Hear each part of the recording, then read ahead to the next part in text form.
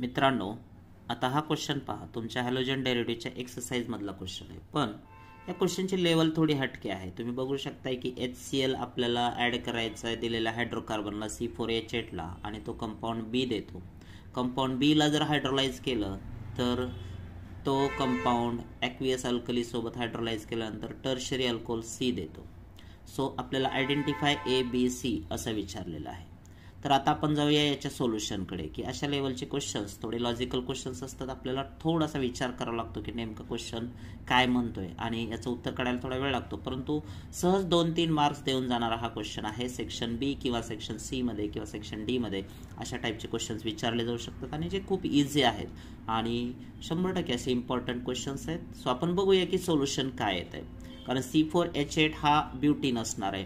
पहा, याच्या सोल्युशनकडे आलेलो आहेत आपण. तुम्ही बघू शकताय की C4H8 चे पॉसिबल आयसोमर्स किती ते बघावं लागेल आपल्याला अगोदर. सो C4H8 चा पहिला आयसोमर आहे ब्यूट1इन, दुसरा आयसोमर आहे आपला ब्यूट2इन, आणि तिसरा आयसोमर आहे आपला 2-मेथिल प्रोपीन.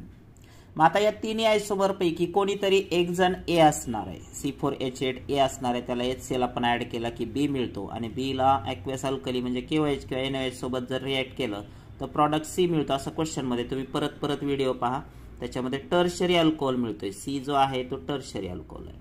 4 कार्बनचा म्हणलं तर तो टर्शरी ब्युटिल अल्कोहोल असेल. मग आपल्याला या 3 पैकी डिसिजन घ्यायचं आहे की ए असू शकतो, बी असू शकतो का सी असू शकतो. मित्रांनो, एक साधा विचार करा की मार्कोनिकॉज रूल मध्ये ज्यावेळी अल्किनला आपण HCl HBrH ऍड करतो तर मार्कोनिकॉज रूल काय सांगतो? whenever an unsymmetrical reagent added to unsymmetrical alkene, then that time the negative part of the reagent gets attached to that unsaturated carbon which carries less number of hydrogen atoms. So कमी hydrogen असलेल्या unsaturated कार्बनकडे पाठवायचे. पण तुम्हाला काय वाटतंय, ब्यूट1इन मध्ये आपल्याला tertiary ब्युटिल alcohol मिळेल, ब्यूट2इन मध्ये मिळेल का 2-मेथिल प्रोपीन मध्ये मिळेल? तर साहजिकच आपल्याला या आयसोमरिक फॉर्म मध्ये तिसरा जो आहे 2-मेथिल प्रोपीन, त्याला जर HCl आपण ऍड केला तर साहजिकच तुम्ही बघू शकता उत्तरामध्ये इथं की 2-मेथिल प्रोपीनला जर HCl ऍड केला तर आपोआपच हा जो Cl- आहे तो मध्ये जाणार अकॉर्डिंग टू यम रूल.